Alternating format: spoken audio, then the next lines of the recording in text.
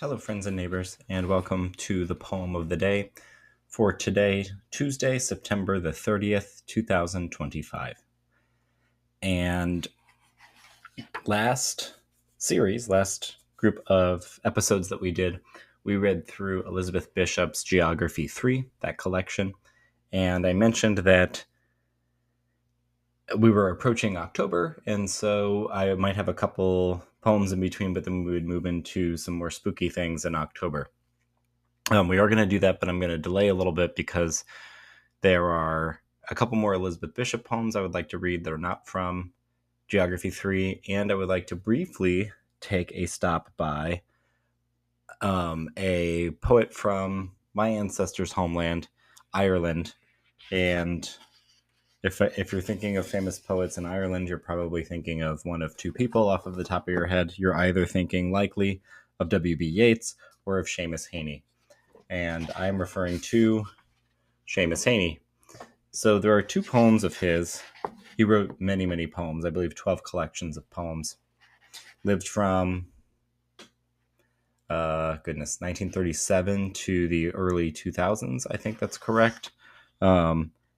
And was a Nobel Prize recipient for literature in 1995. The Nobel Committee cited his lyrical investigation of the mysteries of the natural world, as well as the memories of the past. And the poem that I would like to read today comes from his first collection, which was Death of a Naturalist, released in 1966. And this poem is a very famous one of his, like many that I've read thus far, anthologized in other collections and in poetry readers. So you likely, if you're interested in poetry, have come across this before. This is Digging by Seamus Heaney. Between my finger and my thumb, the squat pen rests, snug as a gun. Under my window, a clean rasping sound when the spade sinks into gravelly ground. My father digging. I look down, till his straining rump among the flower beds bends low, comes up 20 years away, stooping in rhythm through potato drills where he was digging. The coarse boot nestled on the lug. The shaft against the inside knee was levered firmly. He rooted out tall tops, buried the bright edge deep to scatter new potatoes that we picked, loving their cool hardness in our hands. By God, the old man could handle a spade. Just like his old man. My grandfather cut more turf in a day than any other man in Toner's bog. Once I carried him milk in a bottle, corked sloppily with paper. He straightened up to drink it, then fell to right away, nicking and slicing neatly, heaving sods over his shoulder, going down and down for the good turf, digging.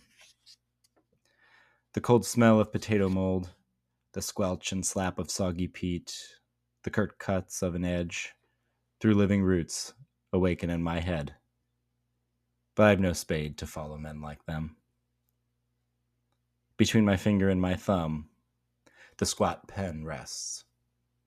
I'll dig with it.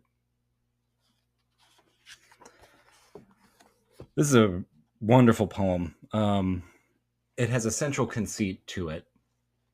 And what I mean by that is a conceit is basically a metaphor or an analogy that lasts the entire length of the poem. You could say it's kind of the purpose of the poem or the point of the poem, though there are many other things to talk about in this one and others that have conceits in them. And as I'm sure you've picked up, the central conceit of digging is that the speaker, who I think in this case we can read to be Heaney, close to Heaney, someone like Heaney, is a writer, sitting at the beginning in the present with his pen resting in his hand. And he reflects upon what his father did and what his grandfather did working in the bog, digging through peat, cutting out potatoes. And he's comparing his work with a pen to the work of those men with their spades. The pen and the spade, then, are two tools that are linked together here in their ability to discover and unearth things, nourishments. In one case, something you would eat like a potato, and others, one that would nourish your soul like a poem. There's a third tool that's mentioned in here just very briefly. In the second line of the poem, we get snug as a gun, which is a strange simile to have.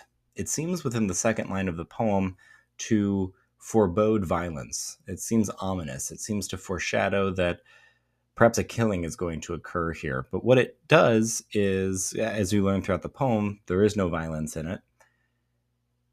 It casts a shadow of violence upon the whole poem, which is set in the very earthy and the very image-rich fields of Ireland. And I think this is because within the 60s, the Troubles were going on in Ireland, which, if you don't know much about that, it was just very briefly, was an intense era of basically civil war within Ireland, specifically towards the north of Ireland, between the English Protestants and then the Catholic natives of the island. Ireland, of course, is a colonized nation, one that was occupied by the English for centuries. And so there was several decades where the violence was very intense, neighbors turning against neighbors, very unsafe places.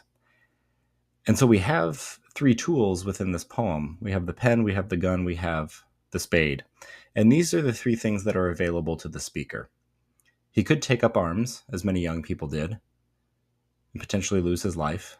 He could dedicate his life and pick up the spade and follow in the tradition of his father and his grandfather.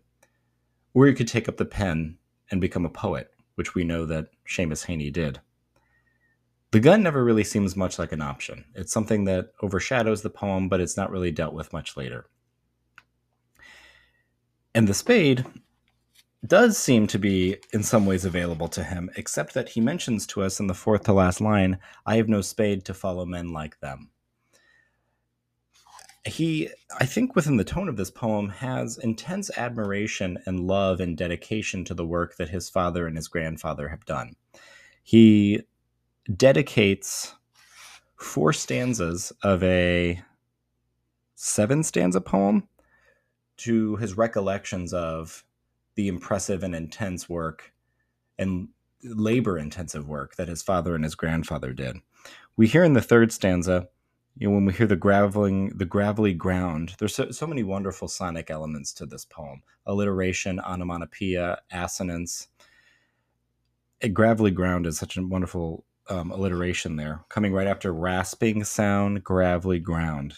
It's just masterful.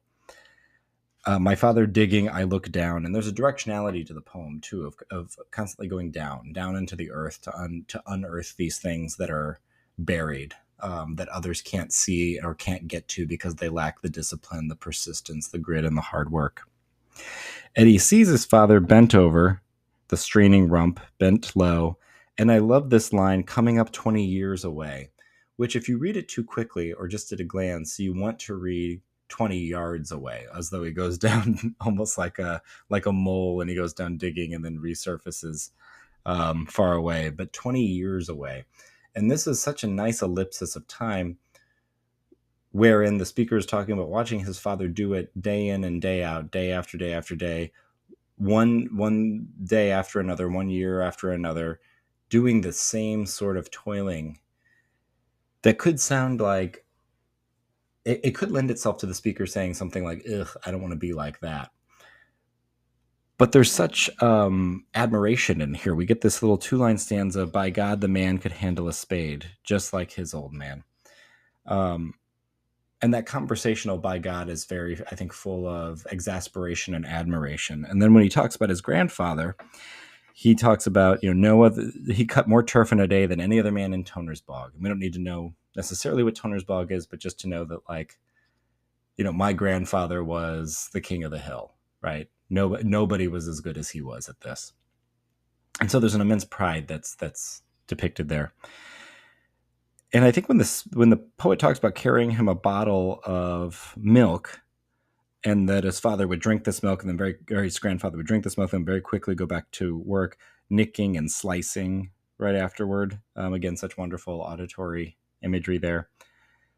It's the young man hoping to help his grandfather in this work in any way that he can.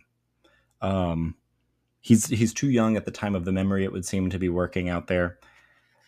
But then when we get to the last two stanzas, a lot of the imagery turns less attractive, right?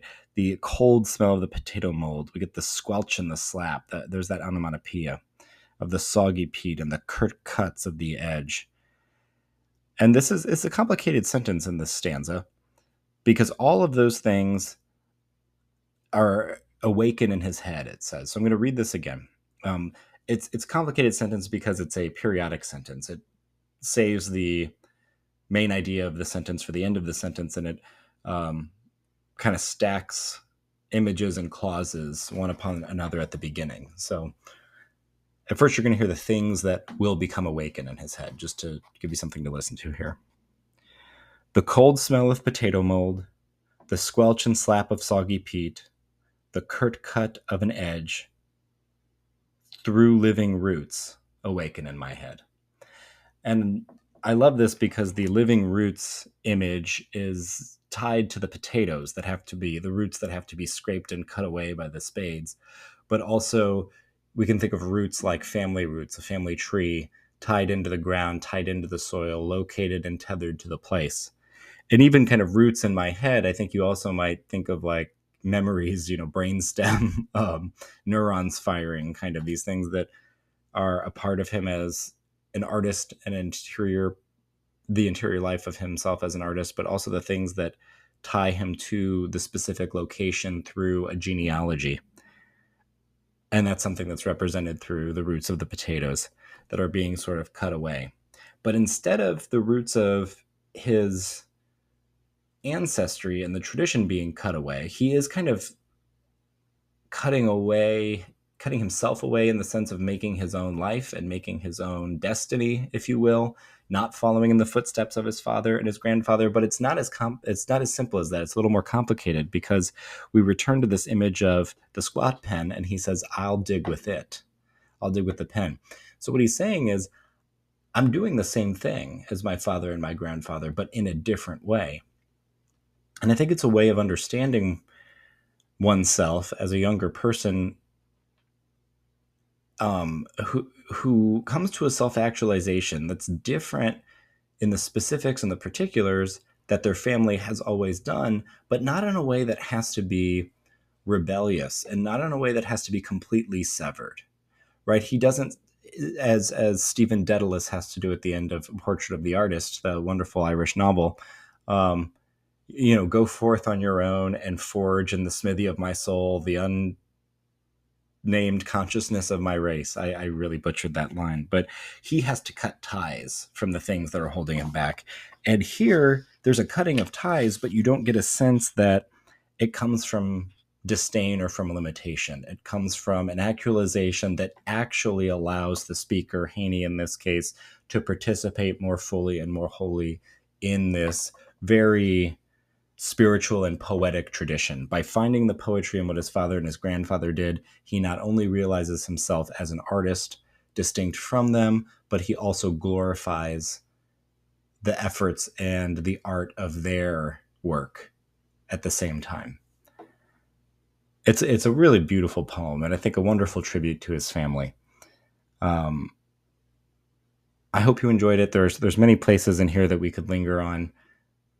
It was such wonderful oral and tactile imagery that's in this, but I just find it very dignified and inspiring, and I hope you enjoyed it as well. I hope you'll join us again. I have another Heaney poem for tomorrow before we will return briefly to Elizabeth Bishop and then get spooky. Thank you so much for being here. It's a gift to have your attention, and I wish you all peace.